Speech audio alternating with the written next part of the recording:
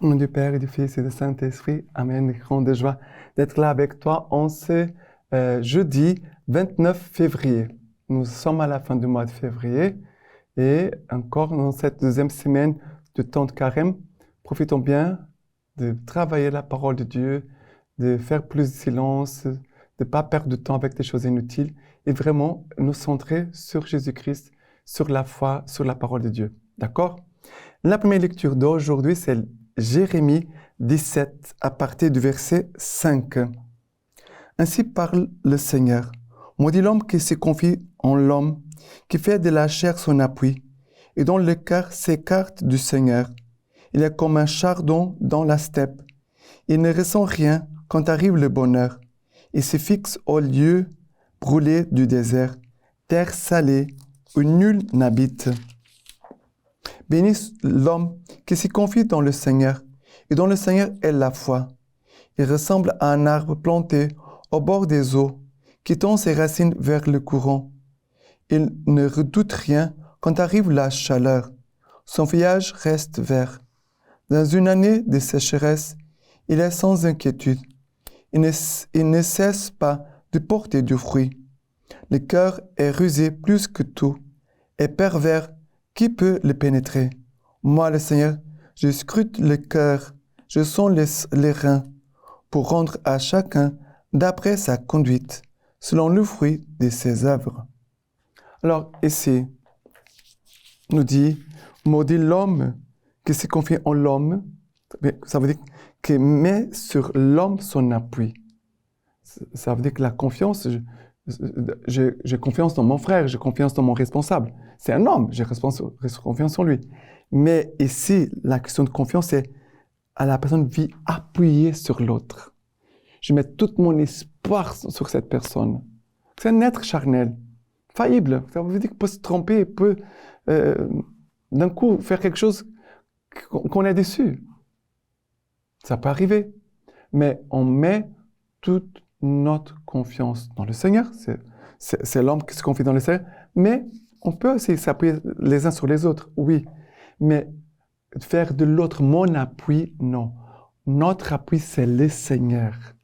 Je m'appuie sur lui. C'est lui ma force.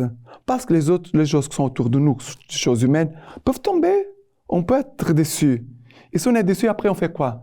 On doit recommencer, on doit apprendre à nouveau à faire confiance, même si on est blessé. Mais notre appui, c'est le Seigneur. C'est de lui que vient notre force. C'est de lui que vient la grâce. Et après, il va dire, voilà, l'homme qui se met toute sa confiance dans le Seigneur, il ne craint pas une année de sécheresse. Voilà, parce qu'il est comme un arbre planté près du ruisseau. Ça veut dire le ruisseau, c'est la parole de Dieu. La parole, où je peux trouver toujours des forces nouvelles. La parole de Dieu nous communique toujours des forces nouvelles. Le cœur est rusé, qui plus que tout est prévert, qui peut le pénétrer. Moi, le Seigneur, je scrute le cœur et je sens les reins. Le Seigneur connaît tout. Le Seigneur connaît ce que nous sommes, l'homme que nous sommes. Et le Seigneur dit, je sonde les reins pour rendre à chacun d'après sa conduite, selon le fruit de ses œuvres. Bien sûr que, sauf quelqu'un qui est vraiment pervers, qui vit seulement en train de faire du mal, de profiter des autres, c'est vrai qu'il y a des gens qui vivent comme ça, malheureusement. Mais, d'une façon générale, on tombe, on se relève, on essaie de faire le bien, après on se trompe, voilà, on est déçu de nous-mêmes, parfois on est déçu des autres, on est déçu.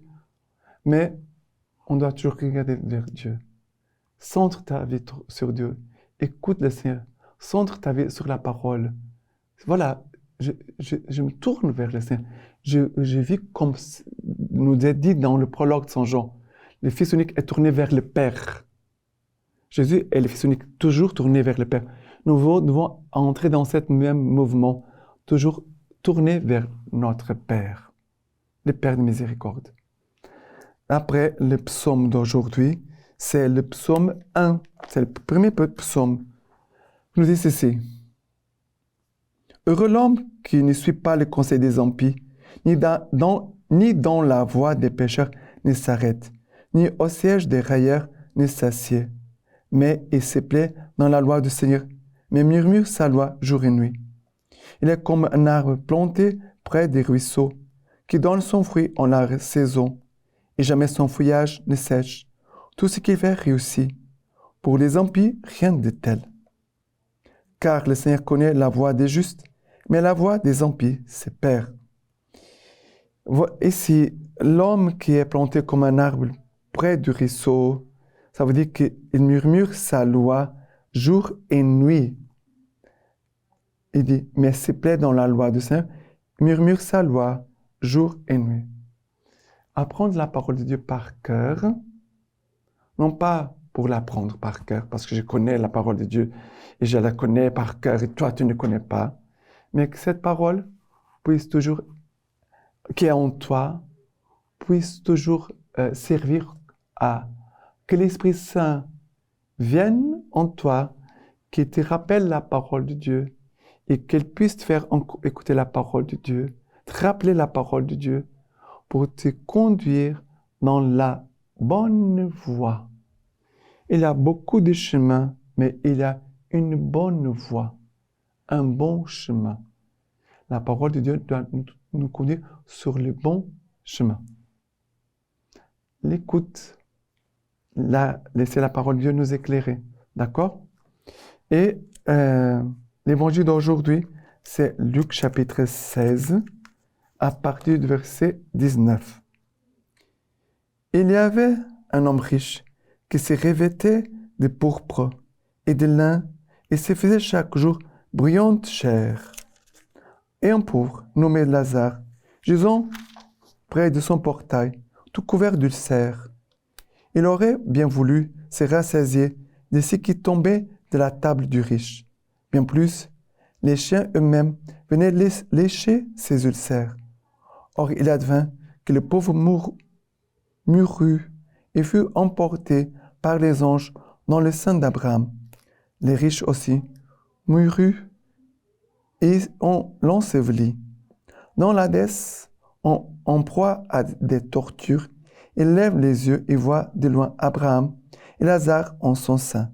Alors il s'écria, « Père Abraham, aie pitié de moi, et envoie Lazare tremper dans l'eau le bout de son doigt pour me rafraîchir la langue, car je suis tourmenté dans cette flamme. » Mais Abraham dit, « Mon enfant, souviens-toi que tu as reçu tes biens pendant ta vie. » Et Lazare pareillement ces mots.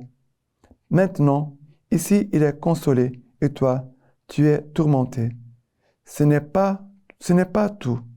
Entre nous et vous, un grand abîme a été fixé afin que ceux qui voudraient passer d'ici chez vous ne puissent et qu'on ne traverse pas non plus de là-bas chez nous. Il dit alors, je te prie donc, Père, d'envoyer Lazare dans la maison de mon Père, car j'ai 5 frères, qu'il leur porte son témoignage, de peur qu'ils ne viennent eux aussi dans ces lieux de torture.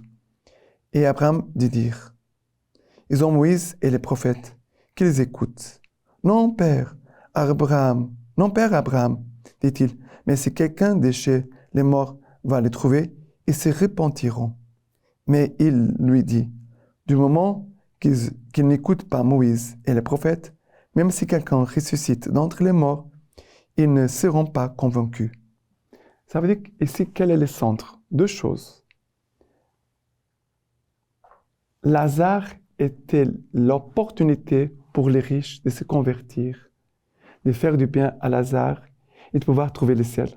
Ça veut dire Dieu met devant nous des occasions, des possibilités de vraiment entrer dans l'amour.